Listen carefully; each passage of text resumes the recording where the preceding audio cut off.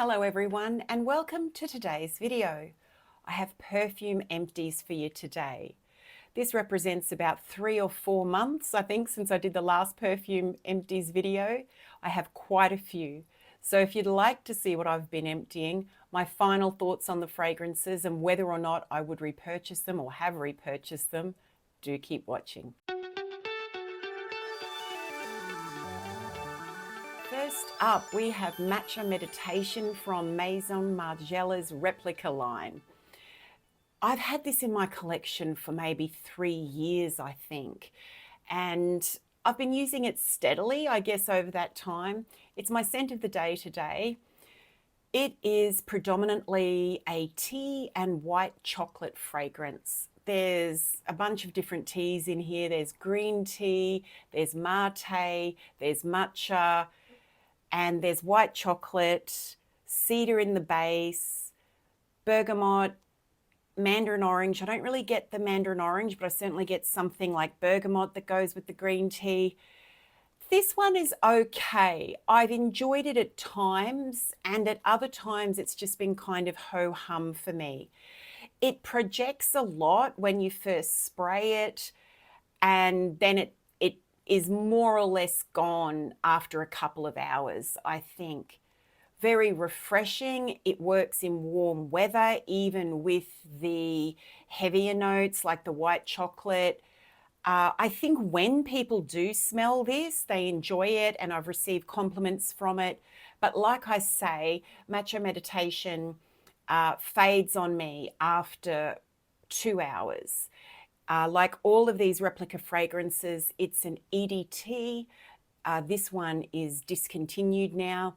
I do wish when I bought this, I'd bought Whispers in the Library instead, which is a beautiful vanilla fragrance. And I was torn between the two at the time, and I went with this one. Whispers in the Library is also discontinued.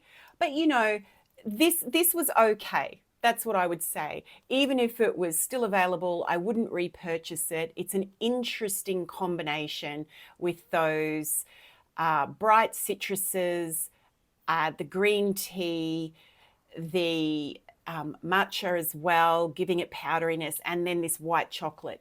It's kind of an unusual combination. So yeah, that was Matcha Meditation from Maison Margiela. Supremacy Tapas Rouge from Afnan. Now, this fragrance, in contrast to Matcha Meditation, I only got this year and I've gone through the whole bottle. Very enjoyable. Again, it's another very refreshing, bright kind of fragrance. It's a lot like the other Afnan one that's their version of Valleya, Mystic Bouquet. It's a lot like Mystic Bouquet, but interestingly, I didn't like Mystic Bouquet and I decluttered it. This one I do like, but yeah, so it's weird because that fruity, musky base is definitely there, but it's more toned down. I think I found all of that way too much in Mystic Bouquet. Here it is less obnoxious to me in Supremacy Tapas Rouge. And this one has a lovely, bright, kind of medicinal cherry note. So yeah, I use this a lot over the last 6 months.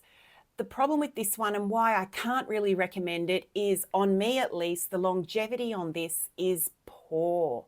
It's disappeared on me after an hour, Supremacy Tapas Rouge. But for some reason, because of that freshness, that fruity muskiness, and I enjoy cherry, I use this a lot after a shower. I just enjoyed it.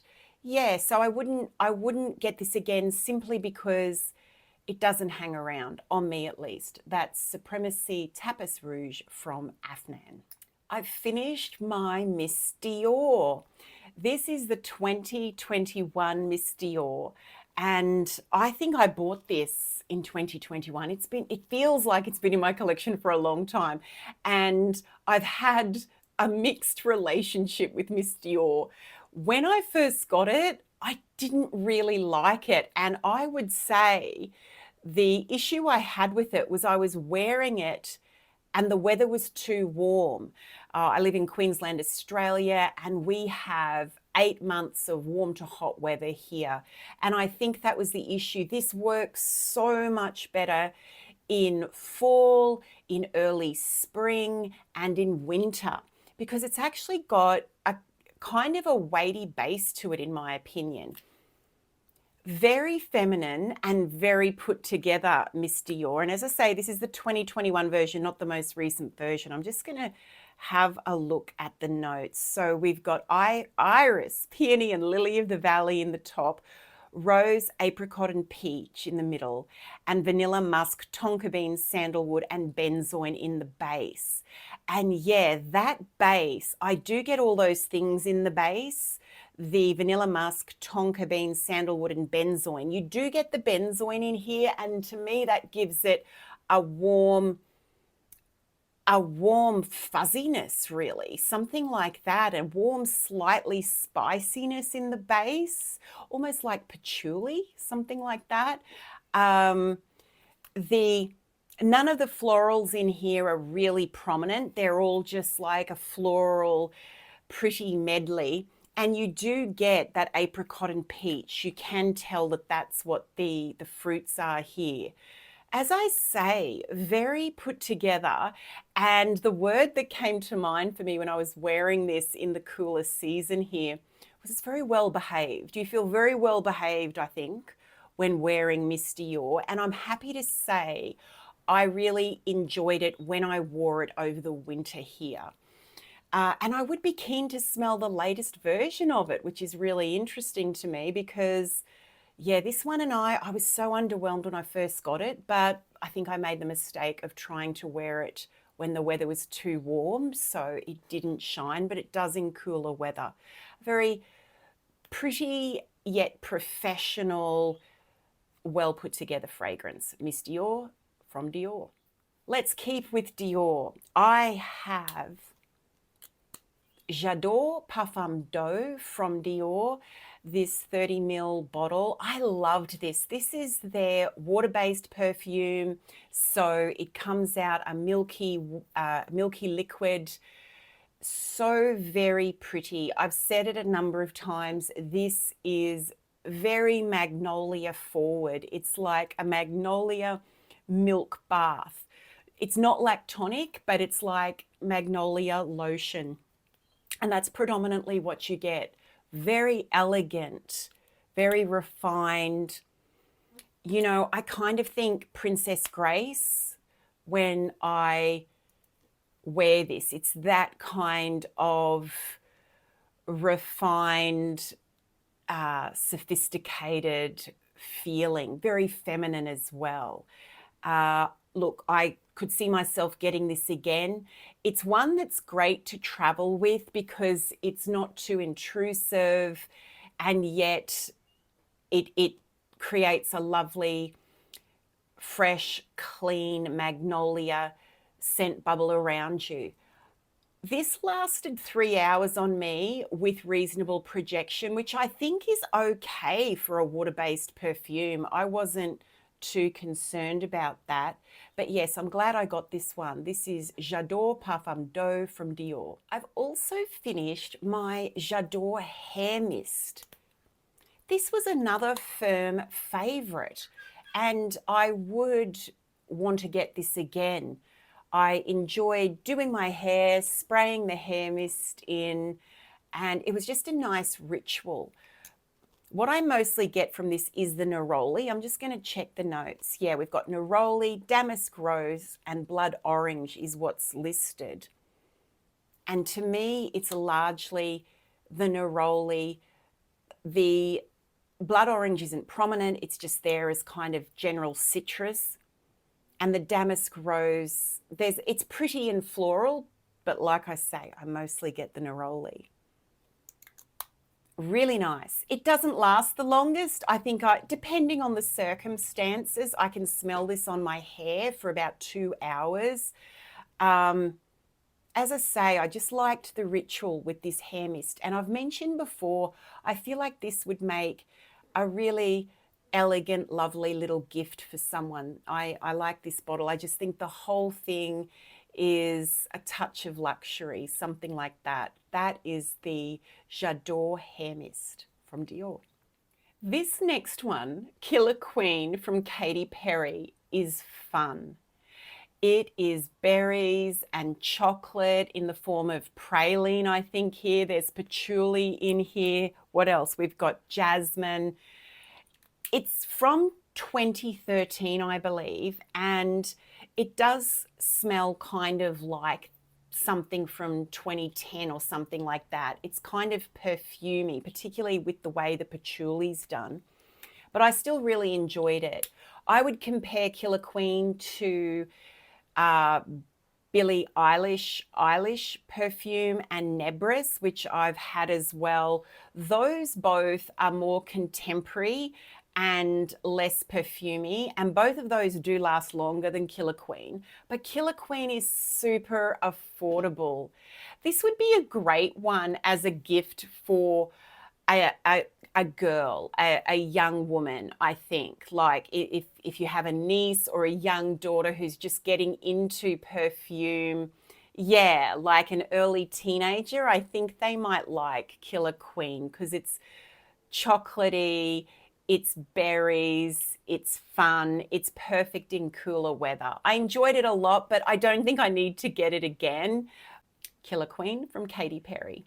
This was a surprise package. I went through this 30ml bottle of Lovely Lights from Sarah Jessica Parker very quickly, and I've since replaced it with the large bottle of this fragrance. It's super affordable and, in my opinion, an absolute hidden gem.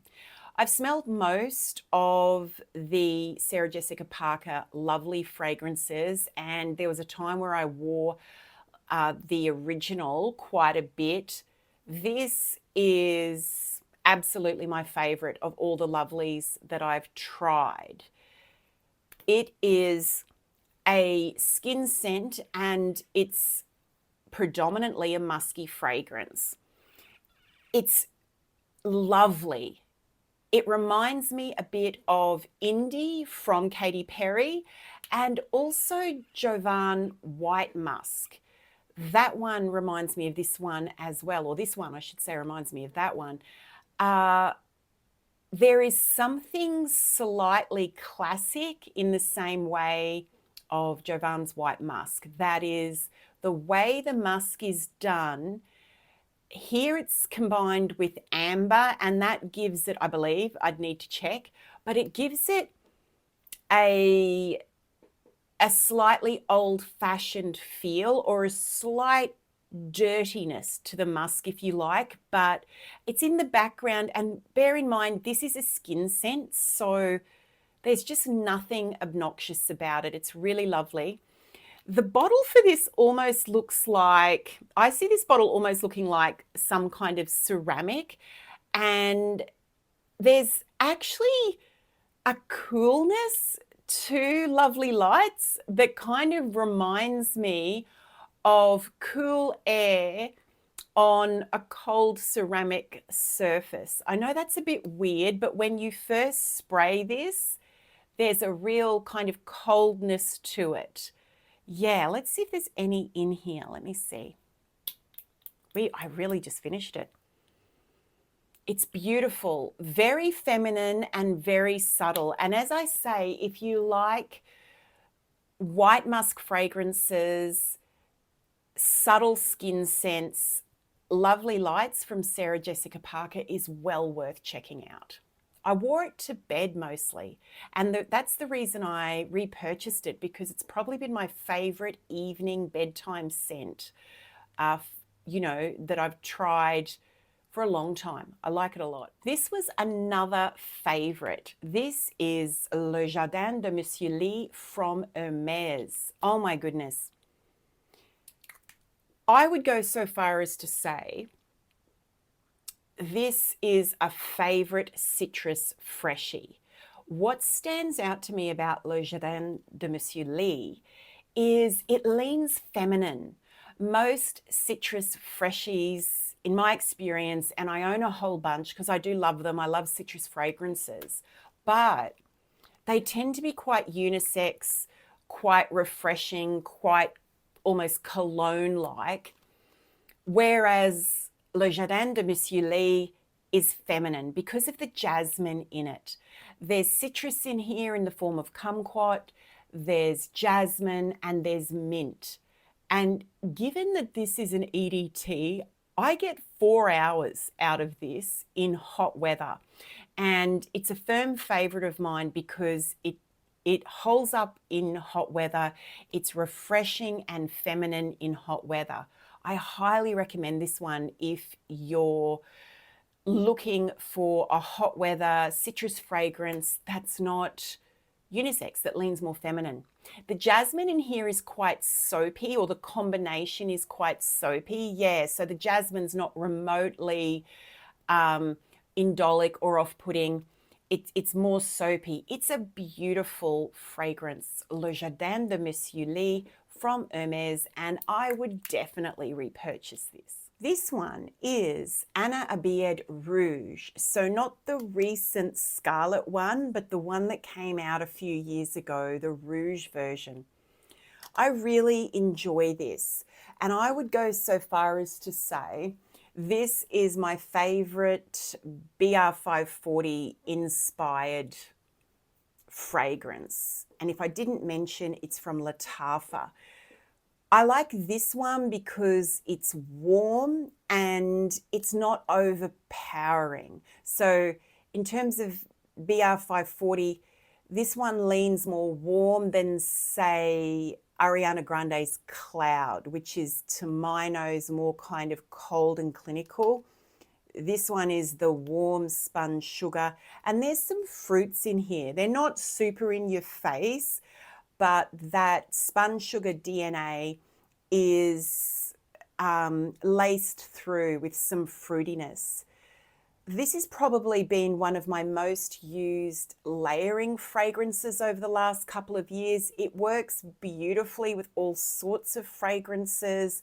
I particularly used it a lot layering it with Kayali fruity fragrances, the Eden Juicy Apple, the Sparkling Lychee, and Love Fest Burning Cherry, because this one extended the life of all those fragrances. So I certainly got my value from Abiyedh Rouge, and it's super affordable. So I definitely would consider getting this one again, Abiyedh Rouge from Lattafa. That brings us to some travels. This was a sample, a travel size sample of Miami Shake from Juliet Has a Gun. This is a very sweet fragrance. I'm not sure it's for me. Even smelling it now, it reminds me though, I get a very strong food-related image in my head, and I'll put up a picture. It reminds me of a very old-fashioned sweet called coconut ice. Yeah, which was predominantly, I think, back in the day made with, oh, what's it called? Condensed milk. There was coconut in it and some artificial coloring, like tooth-achingly sweet. It was made, I think, you know, you could make it for school fates and that kind of thing, very affordable sweet. And it comes from even earlier back, coconut ice. I don't know if any of you know of it, but gosh, this smells exactly like that. Coconut is not listed in Miami Shake. What's listed, as you probably know, is strawberry, ice cream, and vanilla absolute. You definitely get the vanilla in here. It dries down to the vanilla, but the top and mid to me are super sweet, and the ice cream is more coconutty. I don't know, that's what I get. I have other strawberry fragrances that I prefer. I really like Mucalat from Montal, and there's something reminiscent of that fragrance in Miami Shake in terms of how the strawberry is done, like it's quite a prominent strawberry It's quite a sweet strawberry. But all in all, this is just too sweet for me, and probably, I don't mind, don't get me wrong, I don't mind artificial smelling fragrances, but the combination of this one doesn't work for me. It's you know, toothacheing, cavity in a spray. That is Miami Shake from Juliet Has a Gun. However, if really sweet fragrance is your thing, and I can understand that, I like sweet fragrances too, this one might be worth a try. Another travel that I finished is from the 7 Virtues, Amber Vanilla. Let me just call up these notes. To me, this one is like a molecule fragrance. I get something like ISOE Super in here. I really like those kind of fragrances, to be honest, but that's what I mostly get. Let's see what's actually listed. Yeah, this has got ISOE Super and Ambroxan, vanilla and musk in the base. To me, it's like Eccentric 01, which is the ISOE Super fragrance I have. It's one of those, I think there might be pink pepper in that one as well, and there's pink pepper here. It's one of those molecular, I'm not going to say skin scents, because this actually does project. I think anything with ISOE Super really does. I prefer ISOE Super over Ambroxan. Ambroxan can give me a headache after a while. I don't get that from this, but it's one of these fragrance enhances your skin but better type of fragrances. I don't get a lot of the florals in here. It's Carnation and Lily of the Valley. As I say, for me, this is very similar to Eccentric 01 from Eccentric Molecules. I can see why people would like this. I prefer Vanilla Woods because I think that's kind of more distinctive, if you like. But I enjoyed using this travel. That is Amber Vanilla from the 7 Virtues. Lastly, I just wanted to mention an oil I went through. I spoke earlier in the year about this Australian female-owned business called Aroma. I'll put up the name. And I think she does great fragrance oils. She does a whole bunch of stuff, but the fragrance oils I really enjoy, especially any of them that are more in the gourmand direction. This one was Cherry Musk Vanilla, absolutely delicious. And I'm almost finished the Musk Stick Lollies perfume oil. A lot of fun. Again, these were great to wear of an evening. Also good under any musky fragrance, really. They extend the life of Narciso Rodriguez fragrances. But yeah, this was a lot of fun. So again, that's Aroma Kaz, K-A-Z is the business. And this was Cherry Musk Vanilla, I'm pretty sure. That's all the empties I have. I didn't think I was going through as many fragrances, but I guess they soon mount up. I hope you enjoyed having a look at those. Do tell me, what are some fragrances that you've finished lately, especially the ones that you loved and want to get again? I hope you're having a wonderful week. What are we here today? Monday. So I hope you have a good week ahead. Thank you for watching the video, and I really look forward to seeing you in the next one. Bye for now.